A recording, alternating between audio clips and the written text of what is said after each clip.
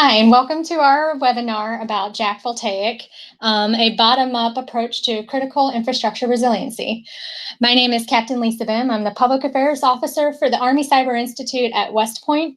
We are a think tank for the Army. We're comprised of about 60 to 70 personnel, half civilian, half military. And our main mission is to think about 5 to 10 years in the future where we believe our nation is going to go in the world of cyber.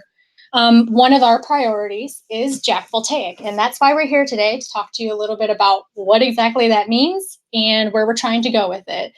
So with that said, I'd like to introduce my colleagues here. Major Hillman, would you start first? Good afternoon, everybody. I'm Jason Hillman, and I work here at the Army Cyber Institute at West Point. I'm a cybersecurity major. That's what I got my master's degree in, and I was brought here to the ACI to research critical infrastructure. Captain Steve Wood, I'm a cyber officer. Got my master's degree in computer science from the University of Washington with an emphasis in machine learning and artificial intelligence. My responsibility on the Jack Voltaic team is to ensure that there is a virtual and physical infrastructure that allows for us to practice some of the types of attacks that are likely to occur on critical infrastructure. I'm Major Eric Korn. I work in the Critical Infrastructure Key Resource Division here at Army Cyber Institute. Focus on cyber policy and strategy, and I'm working with the Jack Voltaic 2.5 series. Thank you, gentlemen. Steve, could you give us a little bit of background as to why Jack Voltaic even came about? Sure. So the Army Cyber Institute, as you noted earlier, is doing the 5 to 10 year outlook, trying to protect the nation against emerging threats. And one of the things that is coming up is cyber attack threats against critical infrastructure. So Jack Voltaic, one, we partnered with the city of New York. They, 9/11 had recently gone through a major disaster response. And then with Jack Voltaic 2, we partnered with the city of Houston, who went through the hurricane response. Both of these cities had large budgets, good-sized emergency response structures.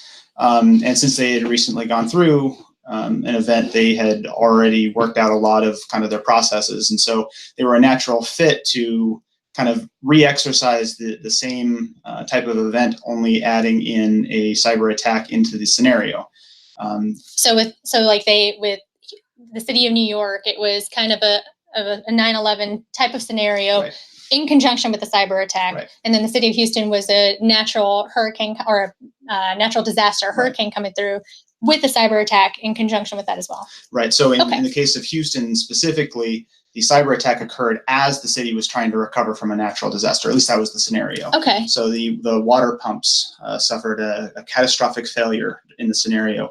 And so as they're trying to rid the city of all this excess water that had come in from the hurricane, the pumps stopped working, and so now what does the city do, right? So that's and all the rippling effects and everybody else that gets involved, not just water. Okay, precisely. Thank you.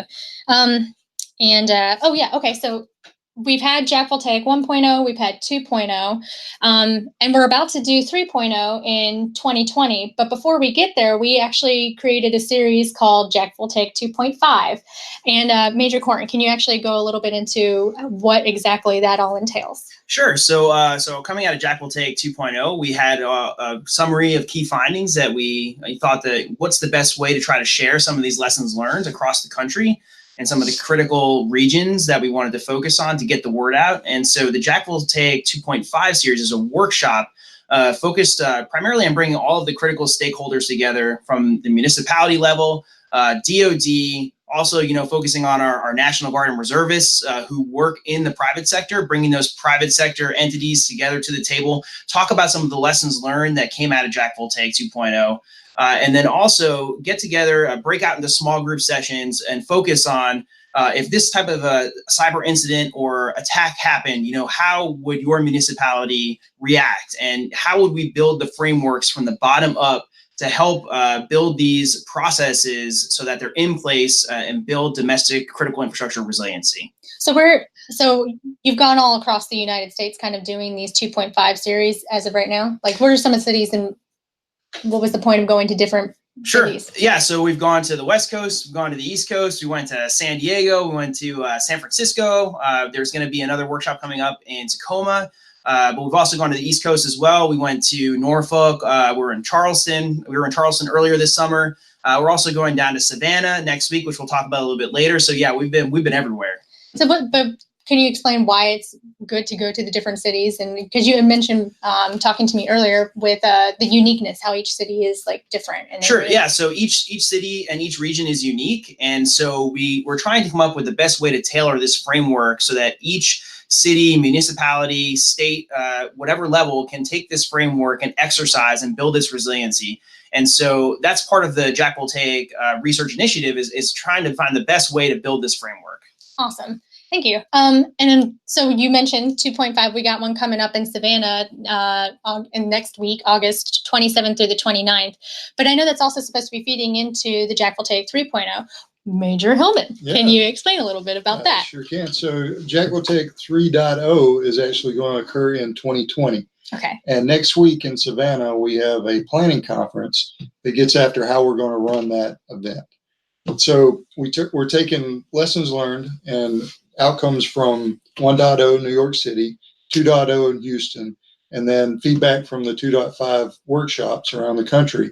And we're feeding that into 3.0 in 2 cities, Charleston and Savannah. So what we're going to do is lay this event over both of those cities and allow them to respond to it in order to prepare themselves.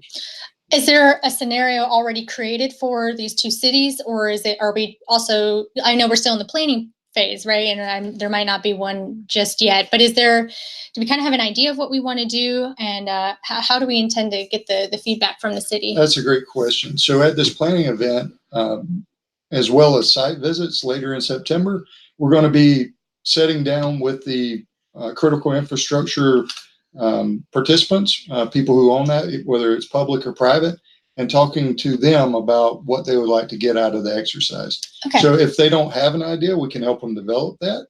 We can help them develop objectives. The main thing, though, is just the resources. So we're bringing a cyber range, a virtual cyber range to the table, where they can freely use that resource. And we're providing them time where they can dedicate to looking at said event. Now, the event has not been defined yet, so we're still working on that. That's a major objective for next week, is find out who's going to be there to participate and then what they would like to get out of it. So basically, they get to kind of the cities, the individual cities. I'm assuming it's kind of what we did with 2.5.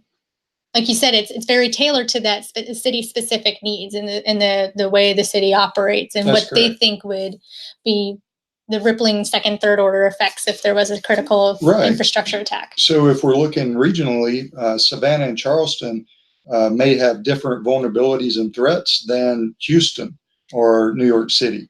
So we're really looking for individual approaches to address some of their problems and concerns. Clearly, we think this is very important, which is why we're talking about it. But do you mind, this is to the 3 of you gentlemen, why this is not only important for leadership to be involved in, like the city and municipality leadership, but why this is just important too for the average citizen? Why do you think this type of thing would be important? So I think one of the key things about Jack Voltaic that separates it potentially from a lot of the other exercises that big DoD or FEMA or DHS or any of the other major federal entities, even state governor, National Guard level exercises, is they really are focused on large regions, whole states at a time. What Jack Voltaic's really trying to get after is the city level. And one of the things that we like talking about is how this is really a collaborative learning event. It's not a training exercise. It's not a test. We're not coming in to dictate how cities should do what they're supposed to do. We're really trying to learn, because a lot of those other exercises, or the types of exercises that I mentioned earlier, they kind of hand wave what the cities are going to be doing. And honestly, nobody knows better about the particular power grid than the local electricians who work on that power grid. So bringing the local power utility into the conversation about, okay, what happens if there's a cyber incident?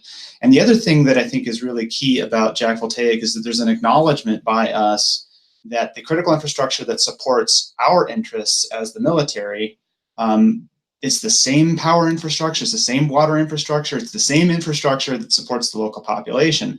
So in the event, God forbid, that we get into a war, or an adversary just tries to cause mayhem and chaos, for a legitimate military target, as we'd like to say, they would necessarily attack the civilians. And so what we're trying to showcase and we're trying to really quantify rather than just have as an idea in our own heads about and put on research papers, but actually make people aware of and really understand is just what those linkages are between the private sector and the public sector and how that affects an ordinary civilian.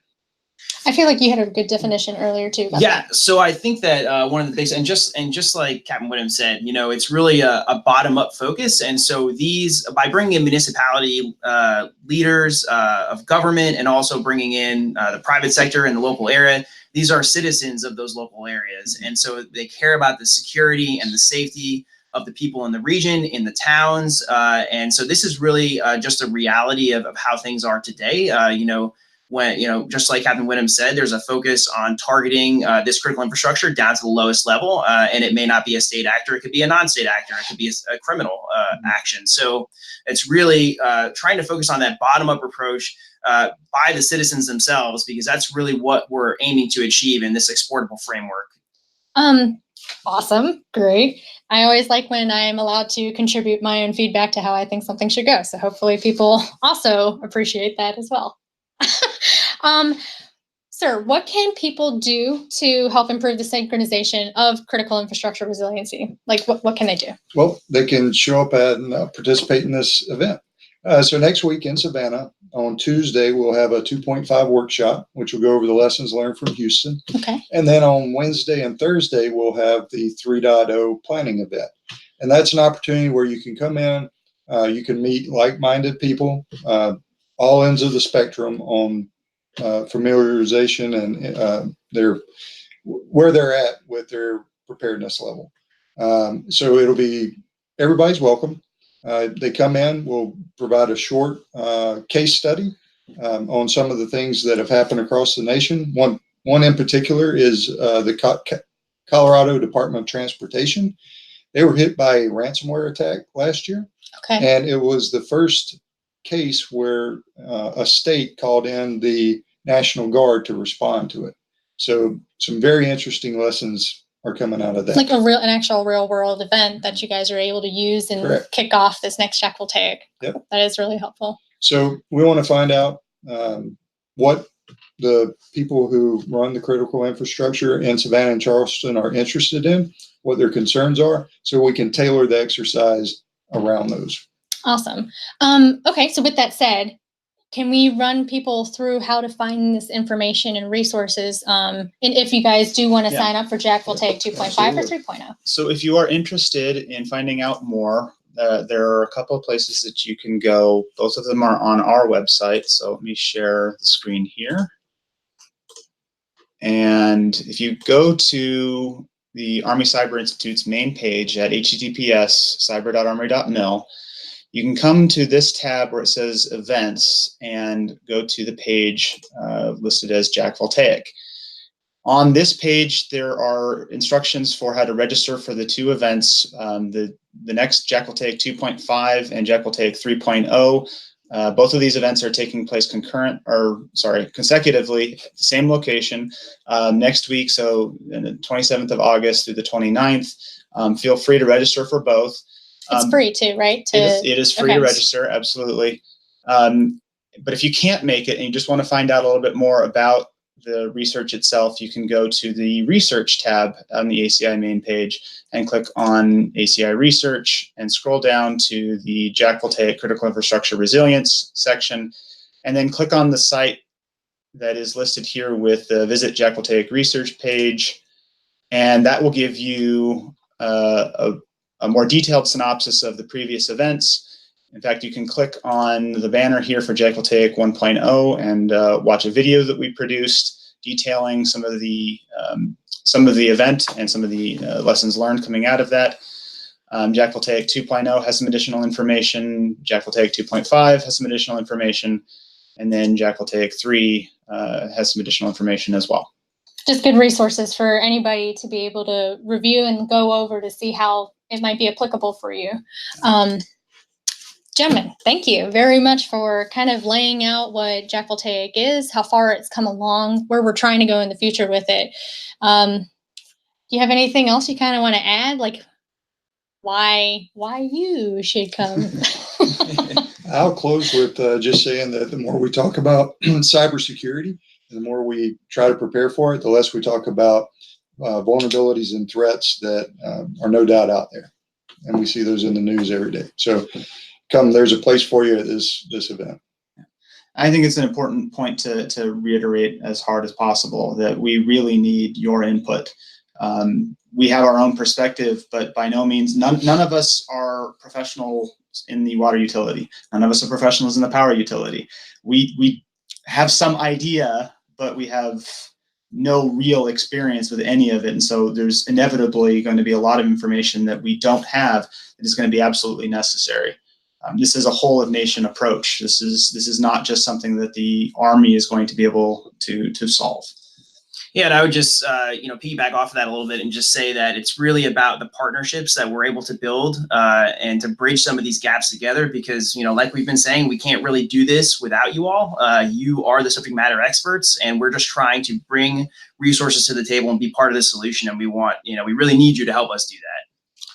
So help us help you. We really look forward to hopefully seeing you there at our Jack Voltaic next week in Savannah.